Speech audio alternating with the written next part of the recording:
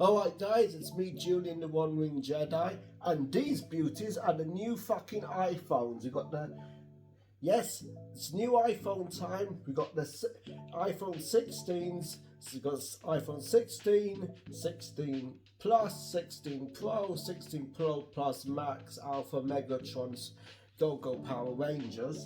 Are they any good? Are they worth an upgrade? Well, I'm going to tell you. So the baseline iPhones, they've still got 60 Hz refresh rate, so they can fuck off. They basically, if it's poor, they're okay, but who cares? Let's worry about the pros. That's where the good stuff is. So we've got the Mac, we've got the iPhone 16 Pro and the Max. The small one's got a 6.3 inch screen, and the Max has got a 6.9 inch.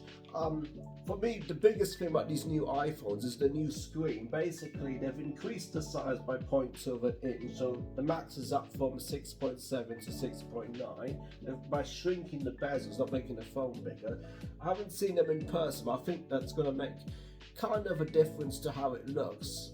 And I think out of everything, that might be the biggest upgrade actually. The increase in screen size and reduced bezel size. I mean, looking at there, it does look pretty fucking good, and I think in person that's going to look really good. So that's the biggest thing.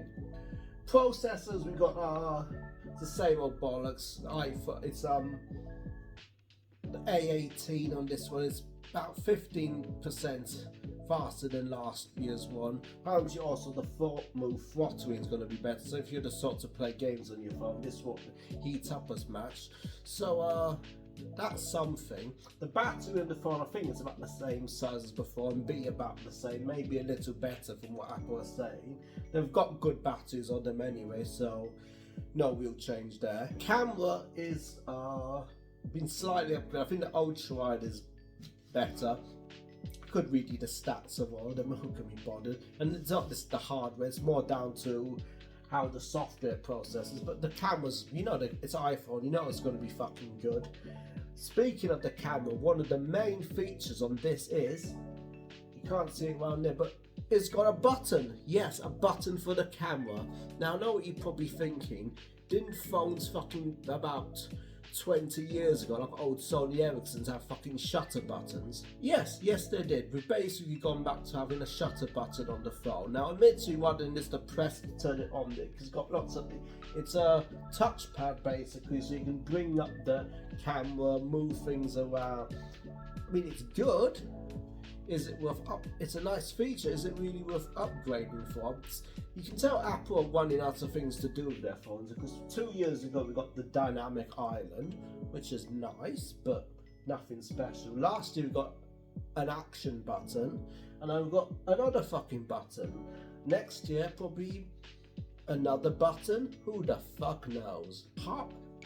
Hardware wise, that's about it basically. So you've got the usual faster processor, when you care about that, makes a difference. In daily use it won't make much difference, only really if you're gaming or maybe content creators like myself and you're going to be video processing.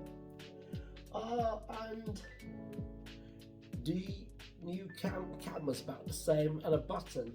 I think for me physically the biggest feature is the new screen. I think that's going to look noticeably a bit nicer, having that smaller bezel than the previous one. Does it make you want to buy it? Yeah, maybe. There is one new feature they're going to be harping on about, and it's called Apple Intelligence. It's basically they've souped Siri's fucked ChatGPT, and they've kind of copied some of the features Android had.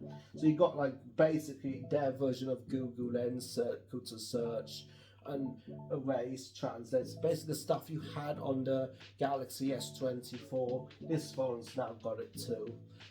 There is a catch though, and I think it's a big one. It's definitely coming to the iPhone 15. And here is the perennial problem we always have. This phone brand new is going to be 1,200 quid. What do you expect for a top line smartphone?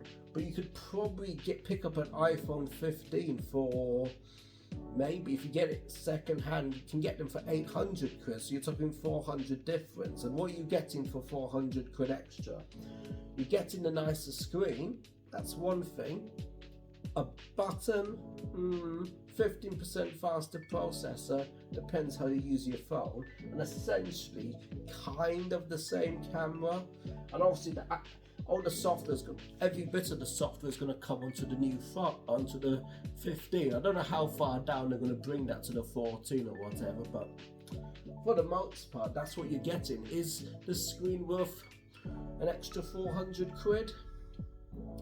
I have to see it in person, so I'm really not sure. That's it.